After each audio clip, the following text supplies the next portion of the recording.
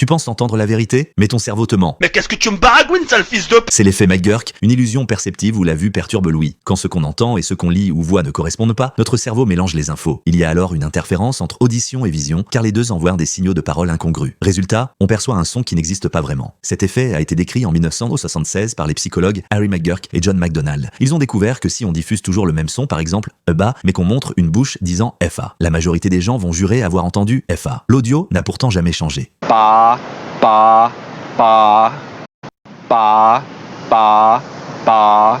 Voici un autre exemple.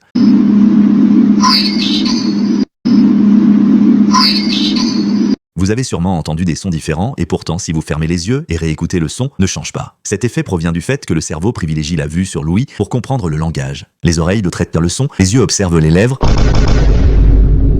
No shit. Le tout est recoupé dans les zones du langage du cerveau. Quand ça ne correspond pas, le cerveau cherche la cohérence. Il fusionne les deux signaux. Ce phénomène illustre la multisensorialité. Notre cerveau combine la vision, l'audition et même le contexte pour interpréter la parole. Il existe deux résultats possibles. Fusion, le cerveau mélange les deux sons, exemple ba plus ga peut donner da. Substitution, tu entends carrément le son que tu vois, même si l'audio reste identique. Moralité, nos sens ne sont pas indépendants. Voir, c'est aussi entendre et parfois se tromper. Si tes neurones curieux veulent te creuser toujours plus loin, la suite c'est sur Artemium.